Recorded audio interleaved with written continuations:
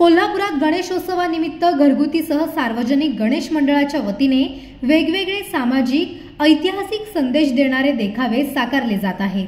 दरम्यान कोल्हापूर शहरातील शुक्रवार पेठ इथे राहणाऱ्या शुभम घराळे याने देखील घरगुती गणपती सजावटीतून हैदराबाद मधील बुलडोझरने जंगल नष्ट केलेल्या घटनेचा देखावा साकारला आहे। गेल्या काही महिन्यांपूर्वी एका प्रकल्पासाठी हैदराबाद विद्यापीठाच्या शेजारील गावात 400 एकर जंगल बुलडोझर लावून नष्ट केल्याने या जंगलातील वनसंपदा नष्ट झाली।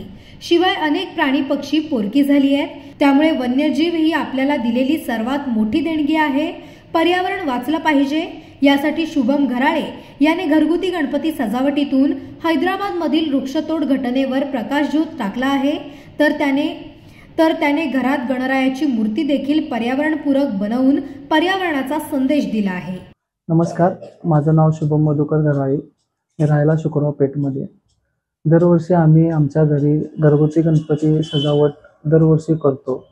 यावर्षी थोडं हैदराबादमधील एक सगळ्यात हृदयाला स्पर्श करणारी दुःख म्हणजे आभाइतपत दुःख असणारी गोष्ट म्हणजे की तिथं 400 एकरामधली जी जंगल होतं तिथं 45 ते 40 बुलडोझर राहून एका रात्रीमध्ये 40 ते 45 हजार झाडांचं नुकसान केलं होतं। ती झाडं तोडली होती फक्त कारण एवढंच होतं की तिथं IT पार्क उभा करण्यासाठी। तर त्या रात्रीत कितीतरी पक्षी, कितीतरी प्राणी, कितीतरी वेगवेगळ्या जातीच्या वनस्पती, झाडं आणि वेगवेगळ्या जातीचे प्राणी यांचं खूप मोठं नुकसान केलं होतं। ती गोष्ट आम्हाला समजताच आम्ही ठरवलं की ह्या वर्षी आमच्या घरी घरगुती गणपती सजावटीसाठी हा विषय घेऊन ह्या विषयामधून एक समाजासाठी चांगला संदेश देण्याचं काम व त्याचबरोबर इथून पुढे जंगलाची कुठल्या पद्धतीने आपण काळजी घेतली पाहिजे हा दाखवण्याचा एक छोटासा प्रयत्न केलेला आहे।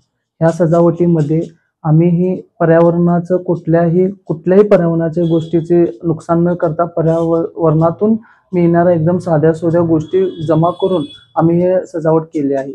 आमच्या घरातील गणपती सुद्धा पर्यावरणामधून शाडूच्या मूर्तीपासून तयार केलेला आहे। या सगळ्या गोष्टी लक्षात घेताच आम्ही आमची सजावट अतिशय चांगल्या पद्धतीने करून समाजासाठी अतिशय एक बांधिलकीचा मेसेज देण्याचा प्रयत्न केलेला आहे।